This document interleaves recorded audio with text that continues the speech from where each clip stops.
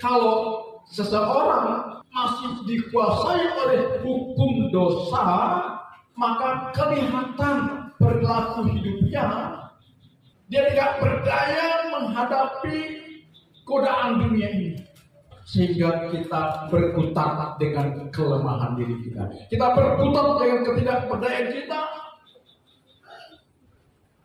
Sehingga kita mengatakan, aku tidak bisa mengalami kemenangan seperti yang Tuhan kehendaki.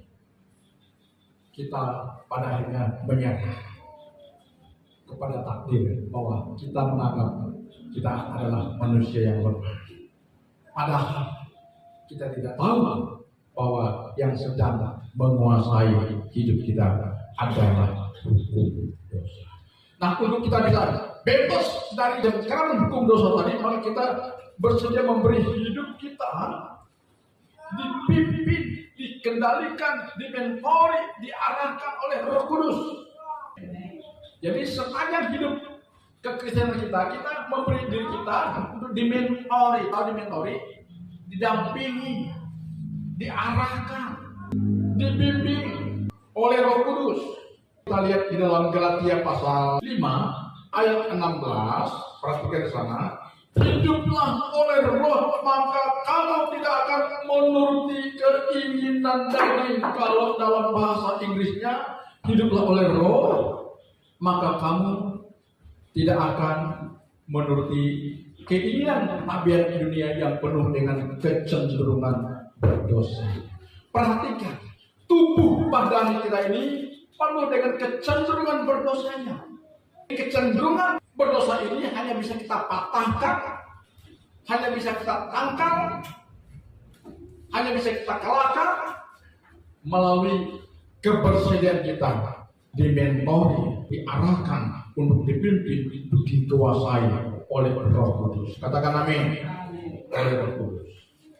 Itu sebabnya Yesus mengatakan saat-saat sebelum dia naik ke surga, dia ditanyakan oleh murid-muridnya, Tuhan, maukah engkau pada masa ini memulihkan kerajaan bagi Israel? Apa jawabnya? Engkau tidak perlu mengetahui masa dan waktu yang ditetapkan Bapa sendiri menurut kuasanya, tetapi kamu akan menerima apa? Kuasa. Menerima kuasa kalau Roh Kudus turun ke atas kamu. Perhatikan baik-baik. Menerima kuasa. Kenapa ada banyak orang Kristen yang tidak berkuasa mengalahkan godaan dosa yang begitu masif untuk merusak perjalanan hidup kita? Karena kita menolak dimentori oleh Roh Kudus. Kita kembali kepada ayat yang kita baca tadi, Roma 8. Dalam ayat 2 dikatakan, Roh yang memberi hidup telah memerdekakan kamu dalam Kristus dari hukum dosa. Jika kita masih dikuasai oleh hukum dosa, kita tidak akan pernah mengalami kasih karunia Allah yang sesungguhnya.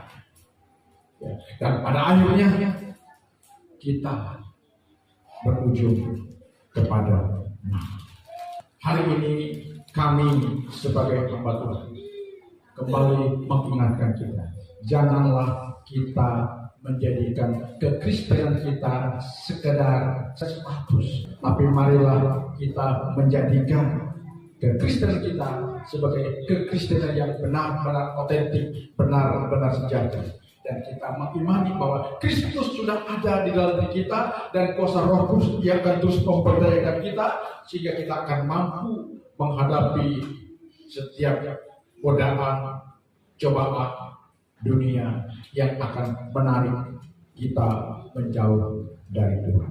Kalau kita sudah dikuasai, dipimpin oleh Roh Kudus, saya percaya firman Tuhan bukan perkara yang sulit untuk kita lakukan.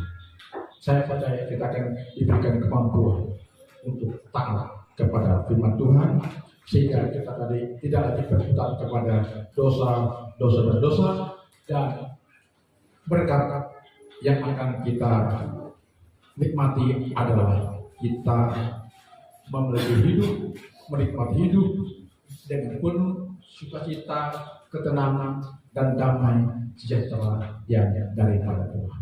Dengan kata lain, kita sudah menikmati suasana surga dalam hidup. Tuhan Yesus memberkati.